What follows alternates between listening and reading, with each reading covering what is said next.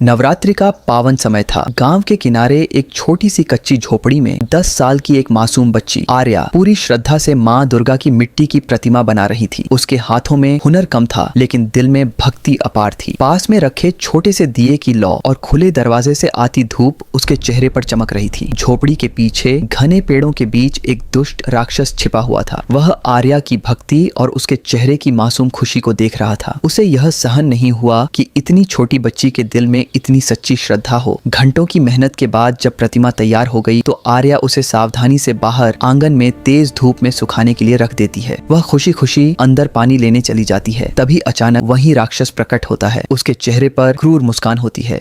वह गुस्से में आकर प्रतिमा को जमीन पर पटक देता है। मिट्टी की सुंदर मूर्ति कई टुकड़ों में बिखर जाती है। राक्षस जोर से हंसता हुआ वहां से गायब हो जाता है। कुछ देर बाद आर्या बाहर आती है। जैसे ही उसकी नजर टूटी हुई मूर्ति पर पड़ती है, उसके हाथ से पानी का लोटा गिर जाता है। उसकी आंखों से आंसू बहने लगते हैं। वह जमीन पर बैठकर रोते हुए कहती है, माँ, मैंने तो पूरे मन से आपको बनाया था, आपने मेरी मेहनत क्यों नहीं बचाई। तभी अचानक वातावरण बदलने लगता है। आसमान में बादल हट जाते हैं। तेज दिव्य प्रकाश झोपड़ी के आंगन में फैल जाता है। हवा में घंटियों की मधुर ध्वनि गूंजती है। उस प्रकाश के बीच माँ दुर्गा स्वयं प्रकट होती है। लाल साड़ी, चमकता हुआ मुकुट और चेहरे पर करुणा भरी मुस्कान। माँ दुर्गा प्यार से आर्या के सिर पर हाथ रखती हैं और कहती हैं, बेटी, सच्ची भक्ति को कोई तोड़ नहीं सकता। परीक्षा आती है, लेकिन विश्वास हमेशा जीतता है। माँ अपने आशीर्वाद से हाथ उठाती हैं। टूटी हुई मिट्टी अपने आप जुड़ने लगती है। कुछ ही क्षणों में प्रतिमा पहले से भी अधिक सुंदर और तेजस्वी बन जाती है। आर्या की आंखों में अब आंसुओं की जगह खुशी और विश्वास की चमक होती है। राक्षस दूर से यह दृश्य देखकर भय से कांप उठता है और हमेशा के लिए वहां से भाग जाता है। उस दिन पूरे गांव ने देखा कि सच्ची श्रद्धा में कितनी शक्ति होती है।